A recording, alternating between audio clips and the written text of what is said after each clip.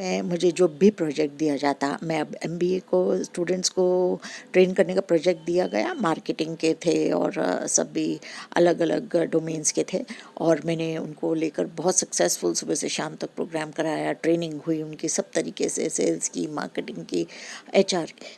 अब उसके बाद तो जो उनके जो प्रिंस जो डायरेक्टर थे कॉलेज के, उनको ऐसा लगा कि जैसे उनको कोई उनके साथ कोई बेइज्जती हो गई है और मेरे सारे पोस्टर्स हटा दिए गए।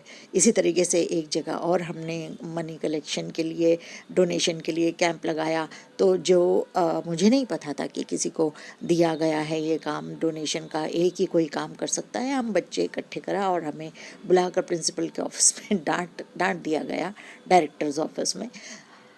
ये मेरे साथ रिपीटेडली होता रहा कि मैं कुछ अच्छा काम करती और उसका मुझे उल्टा रिज़ल्ट मिलता, बल्कि बजाय कि अप्रिसिएशन के मुझे हमेशा ये मिलता, एक नुकसान होता, मेरी इमेज को नुकसान पहुंचता। और ये मेरे दिमाग में हमेशा से कम्युनिकेशन चलता रहता था कि मैं कुछ भी करूं तो मुझे ऑपोजिट ही अपयश ही मिलेगा। तब ना कोई एस्ट्रोलॉजी का ज्ञान था, ना ये पता था। अब वो बोलते बोलते ये चीज़ अपने आप से बोलते बोलते ये एक स्पेल बन गई।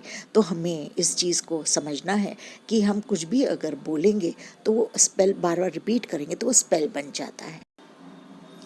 आपको अब और एक और एग्जांपल देती हूँ। So this happen now how, मैंने अब जब तक तो ये 2004 से 2007 तक ये हुआ, बहुत पुरानी बात है। 2007 में समहाउ 2007 या 2009 में like I came across the book the secret, and not only I read the books the secret but also मैंने जो है वो पूरी मूवी 3 आवर्स की रोंडा बyrne की देखी। और रोंडा बyrne के ये देखने के बाद मतलब like of course science background से आने वाला इंसान ज़रा कम समझ पाता है इन चीज़ों को।